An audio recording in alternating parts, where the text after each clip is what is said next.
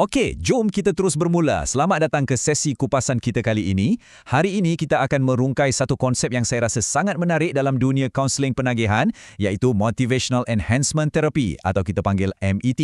Ini bukan sekadar teori atas kertas ya. Ini adalah satu alat praktikal yang betul-betul memperkasakan klien untuk cari kekuatan dari dalam diri mereka sendiri. Jom kita selami sama-sama. Untuk perkongsian hari ini, perjalanan kita agak mudah. Kita akan mulakan dengan asas dan prinsip utama MET. Kemudian kita bandingkan sikit MET ini dengan CBT dan MI supaya nampak bezanya. Lepas tu, kita tengok macam mana nak bina motivasi dan matlamat, bergerak ke struktur 4 sesinya yang unik, dan akhir sekali kita bincangkan kelebihan sebenar terapi ini. Jadi, mari kita masuk ke bahagian pertama, pengenalan dan prinsip utama di sebalik MET. Perkara pertama yang anda perlu tahu, apakah sebenarnya MET ini? Secara ringkasnya, ia bukanlah satu sesi di mana ahli terapi beri arahan langkah demi langkah, macam buat ni, buat tu, bukan macam tu. Sebaliknya, MET ini adalah satu strategi rawatan yang direka khas untuk mencetuskan perubahan dari dalam dengan sangat pantas. Bayangkan ahli terapi bertindak sebagai pemangkin. Kita cuma gerakkan sumber atau kekuatan yang memang dah sedia ada dalam diri klien itu sendiri. Terdapat 3 prinsip utama yang menggerakkan MT ini. Pertama sekali, mestilah empati dan pemahaman. Maksudnya, kita kena dengar tanpa sebarang penghakiman untuk wujudkan ruang yang benar-benar selamat. Kedua, kita guna elemen motivational interviewing atau MI di mana kita teroka rasa berbelah bahagi klien. Anda tahu kan, bila mereka nak berubah tapi pada masa yang sama rasa berat sangat nak tinggalkan tabiat lama. Dan yang ketiga, ini yang paling penting, perubahan percakapan atau change talk. Di sinilah kita nak klien sendiri yang mula sebut kenapa mereka nak berubah. Ini ada satu frasa yang sangat tepat menggambarkan change talk di dalam bilik terapi. Keinginan, keupayaan, sebab dan keperluan mereka untuk berubah. Cuba anda bayangkan perbezaannya. Daripada ahli terapi belete, awak kena berhenti ambil bahan ni. Kita bawa klien sampai ke tahap dia sendiri yang cakap. Saya memang nak berhenti sebab saya nak sihat macam dulu. Nampak tak ancakan tu? Ia datang dari dorongan dalaman yang kuat, bukan tekanan dari luar.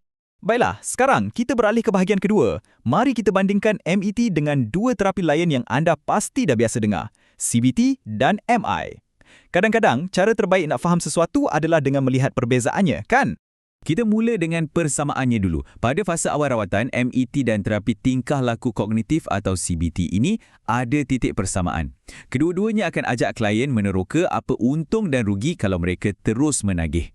Penerokaan awal ini sangat krusial ya untuk bantu klien lihat realiti situasi mereka dengan lebih jelas dan objektif sebelum kita mula bina keyakinan. Tapi dekat sinilah letaknya perbezaan yang besar. Perhatikan cara tanggungjawab itu diagihkan. Dalam MET, tanggungjawab untuk buat perubahan diletakkan 100% di bahu klien menggunakan sumber dalaman yang mereka ada. Manakala dalam CBT, pendekatannya agak berbeza. Ahli terapi lebih mainkan peranan macam seorang jurulatih yang aktif mengajar dan memberi latihan kemahiran baharu untuk klien atasi masalah mereka. Sekarang, macam mana pula MET berbanding MI? Walaupun MET banyak pinjam teknik MI, strukturnya langsung tak sama. MET ini adalah rawatan yang sangat berstruktur, sangat ringkas, selalunya dihadkan kepada 4 sesi saja dan kerap digunakan sebagai persediaan sebelum sesi CBT bermula. MI pula, MI adalah satu rangka kerja yang jauh lebih fleksibel yang anda bebas selitkan dalam hampir apa jua kaedah kaunseling yang lain. Okey, kita teruskan ke bahagian ketiga, membina motivasi dan matlamat. Macam mana kita nak cipta momentum pemulihan tu?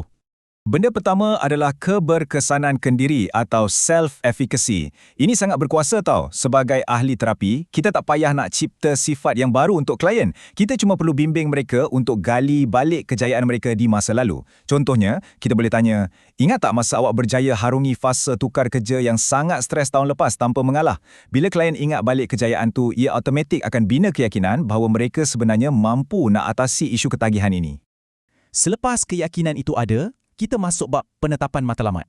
Proses ini wajib dibuat bersama-sama. Cuba kita ambil satu contoh realistik.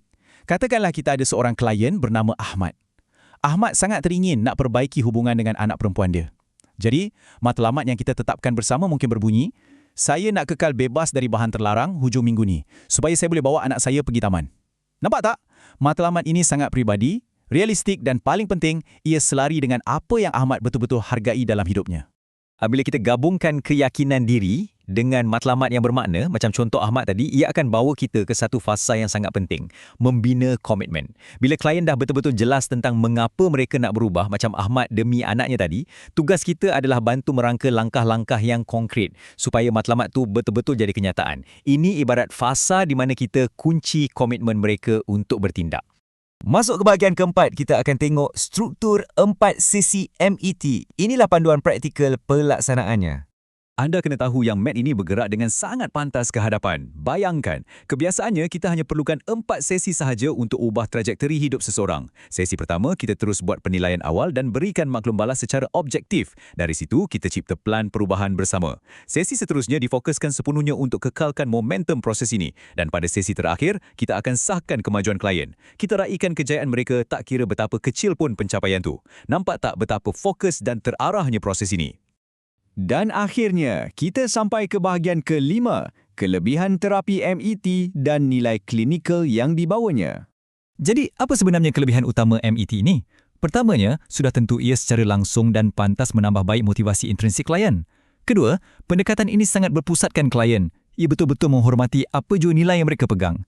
Dan yang paling menarik, ia bukan sahaja sesuai untuk kes penyalahgunaan bahan tau. Flexibility MET membolehkan ia diguna pakai untuk isu-isu lain seperti pengurusan berat badan, berhenti merokok, malah untuk pengurusan penyakit kronik yang lain. Memang sangat versatile.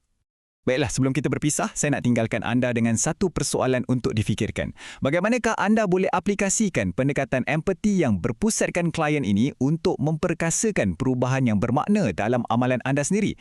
Kemahiran untuk mencetuskan motivasi dalaman seseorang adalah satu alat yang sangat luar biasa berkuasa, tak kira dalam bidang apa pun anda berada sekarang. Fikir-fikirkanlah. Terima kasih kerana meluangkan masa bersama saya dalam kupasan kali ini dan teruskan meneroka ilmu baru.